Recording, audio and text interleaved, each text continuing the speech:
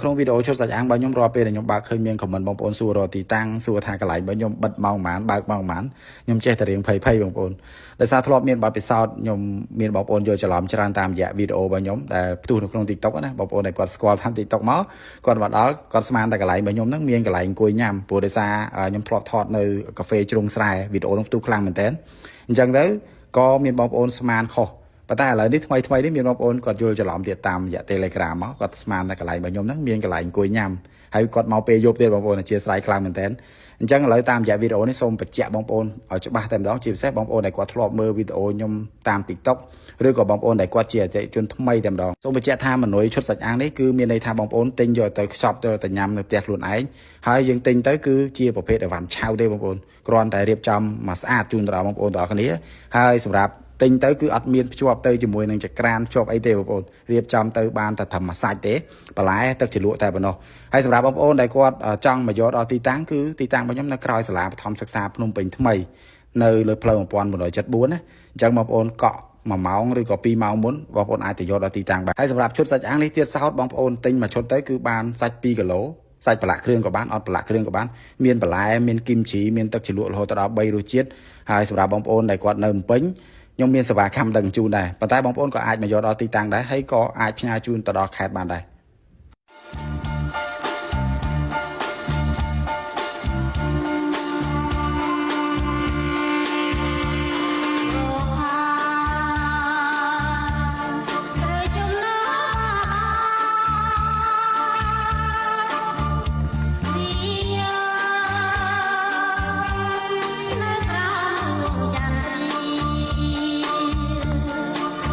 បងប្អូនឥឡូវខ្ញុំសងបញ្យល់បងប្អូនទីតាក់ទងនឹងបកងដោយសារមួយរយៈនេះបងប្អូនក៏ឆ្ងល់ថាបកងមិនបន្ទន់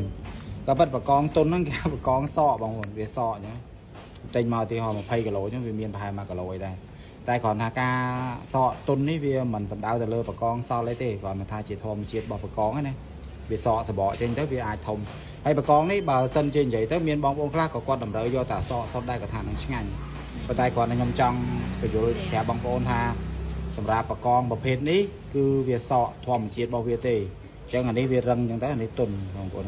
ហើយមកជើងមួយគ្នាទេវាចាក់ត្រែងគឺបកងធម្មជាតិដូចគ្នាទេហើយក៏មិនមែនសំដៅលើបកងសល់ដែរហើយសម្រាប់បកងសក់នេះបើសិនជានិយាយទៅគឺ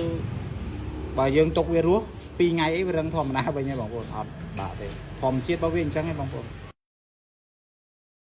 ក៏ប៉ុន្តែសម្រាប់មនុយសាច់គោអាំងចកៈនេះគឺជាមនុយដែលលក់ដាច់ហើយលក់ដាច់ខ្លាំងនៅលើเพจសុកស្រែតាំងពីដើមមកម្លេះបដាំបសងជាមួយនឹងឈុតសាច់អាំងប៉ុន្តែដោយសារខ្ញុំអត់សូវបានបញ្ជ្រាបជាមួយនឹងមនុយផ្សេងនៅលើ Modok Food នេះទេអត់ដែរសោះតែម្ដងប៉ុន្តែបើសិនជាបងប្អូនដែលគាត់ចាប់អារម្មណ៍ឬក៏ធ្លាប់បានតាមដានខ្ញុំនៅលើเพจសុកស្រែគឺបងប្អូនប្រកាសឃើញសន្ទុះនៃការលក់ទៅលើមនុយសាច់គោអាំងចកៈនេះបងប្អូនដែលកំងគឺខ្ញុំលក់ជាឈុតដែលបងប្អូនកំងមួយឈុតគឺបានសាច់គោដោតហើយនេះ1គីឡូស្មើនឹង30ចកៈមានជ្រក់ល្ហុងជិត1គីឡូផងដែរដែលញ៉ាំទៅជាមួយនឹងសាច់គោចកៈហ្នឹងគឺញ៉ាំល្មមមួយឈុតហ្នឹងណាហើយមានថែមជាមួយនឹងខ្ទឹមជ្រក់ជាមួយនឹងម្ទេសជ្រក់ផងដែររាល់ការកំងចាប់ពី2ឈុតគឺមានថែមប៊ឺសម្រាប់លាបនំប៉័ងមួយកំប៉ុងធំឲ្យទៀតបងប្អូននៅភ្នំពេញកំងភ្លាមដឹកជូនភ្លាមបងប្អូននៅខេត្តកំងចាប់ពីមួយឈុតឡើងទៅគឺខ្ញុំផ្ញើជូនហើយផ្ញើបាន25ខេត្តក្រុង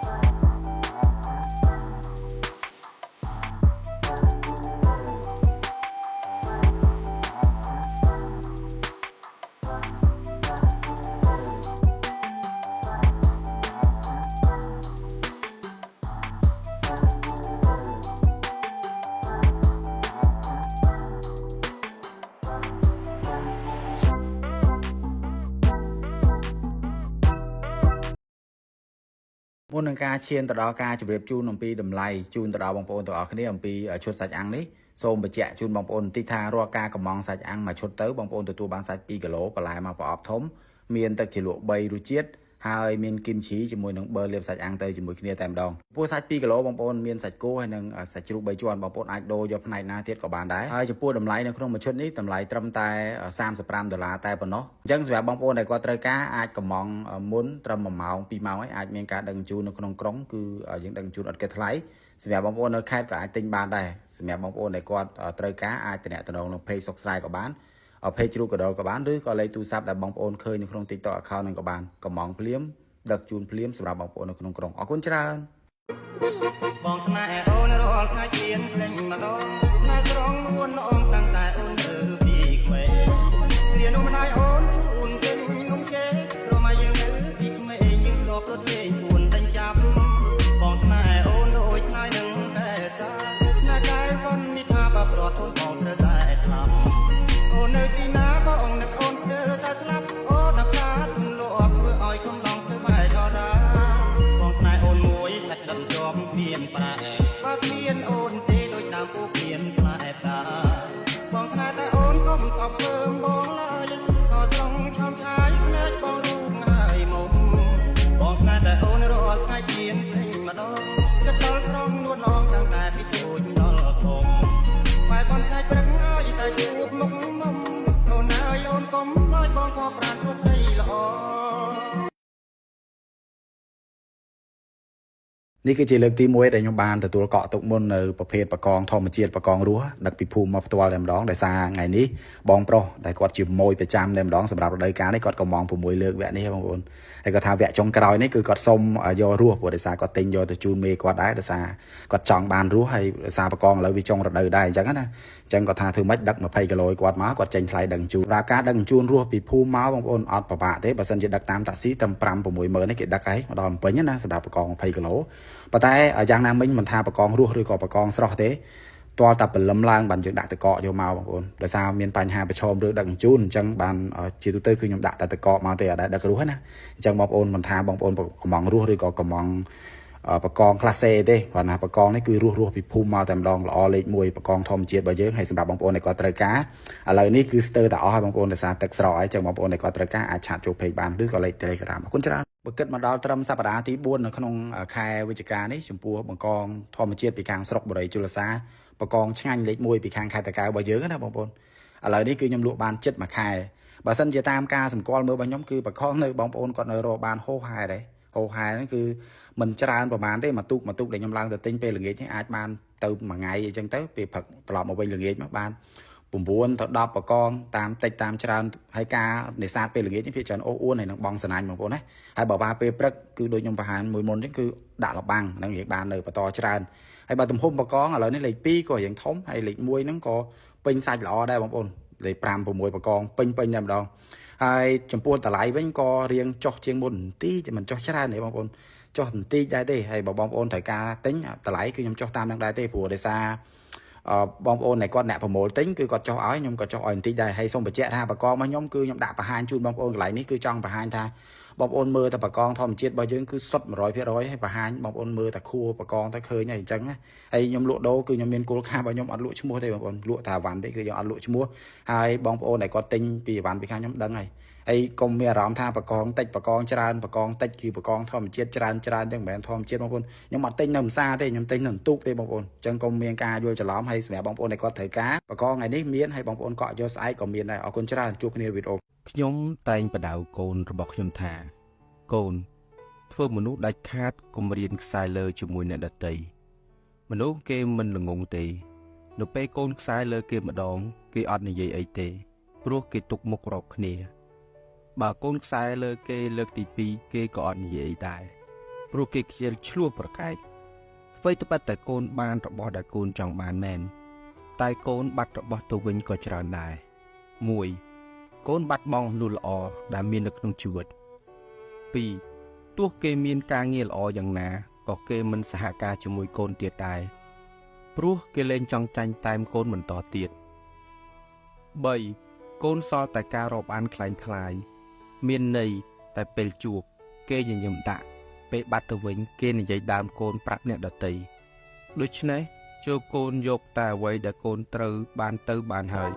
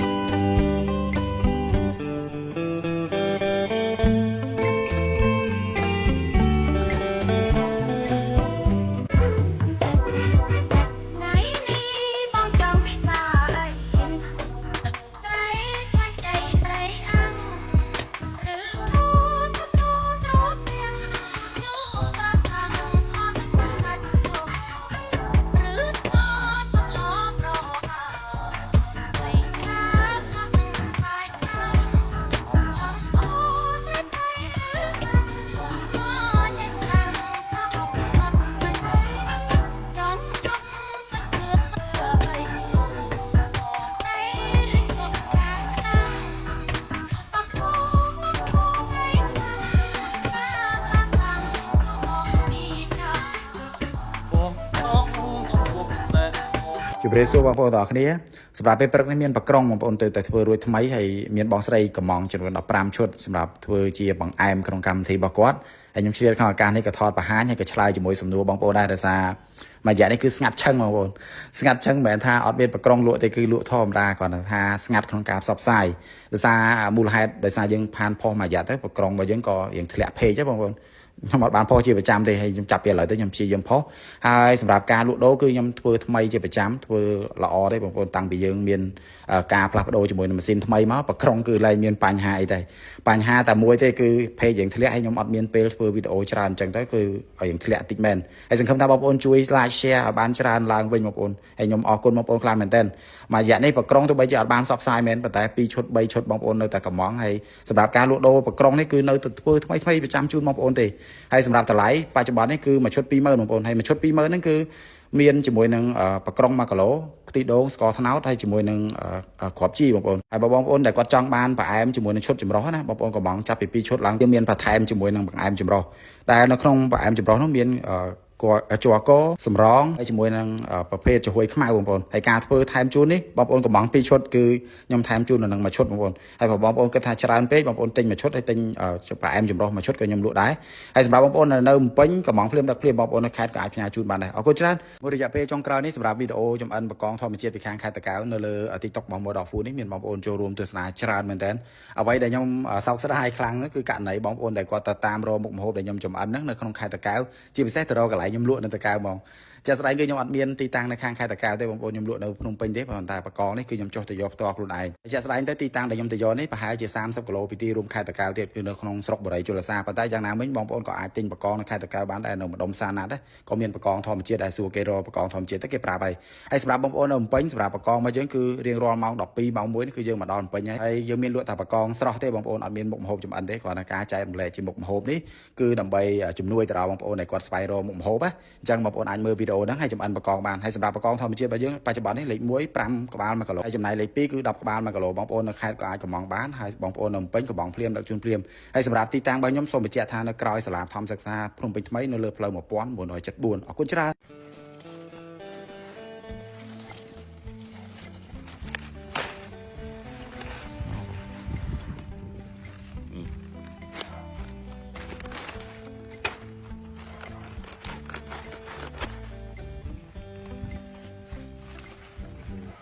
អប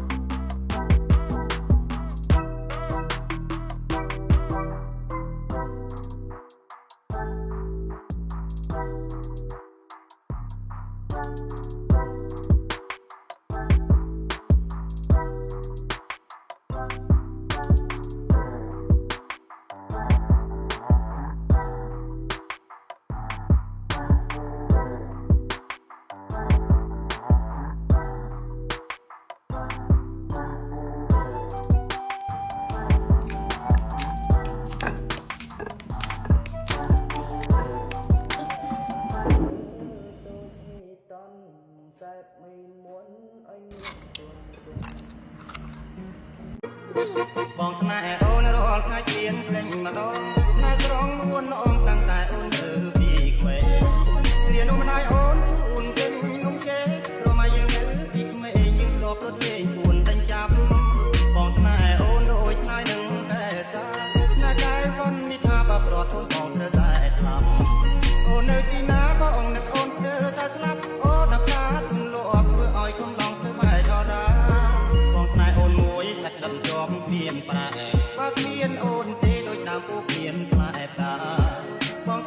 ស៊ីកំលូតហក់តាមគេហើយកុំចង់លុយដូចគេតាមសមត្ថភាពនិងលទ្ធភាពជាក់ស្ដែងហើយកុំខ្លាចថាគេមើលមកយើងអន់មានប៉ុណ្ណារកប៉ុណ្ណឹងប៉ុន្តែត្រូវប្រឹងពេលខ្លះអាលុយហ្នឹងបានត្រឹមតែល្អមើលទេទូកាហ្វេខ្ញុំរាល់ថ្ងៃតែប៉ុណ្ណឹងគ្មានកាពូជីណូគ្មានហតឡាតេអីទេខ្ញុំអត់លោទេលក់ដបងហ្នឹងគិតថាត្រឹមមួយថ្លៃម្ហូបបងទឹកបងភ្លើងនឹងឯងអត់មានគិតថាលក់ដាច់អីដល់ម្លឹងទេតែពីមួយថ្ងៃទៅមួយថ្ងៃមានសន្ទុះគាំទ្រកាន់តែខ្លាំងទៅ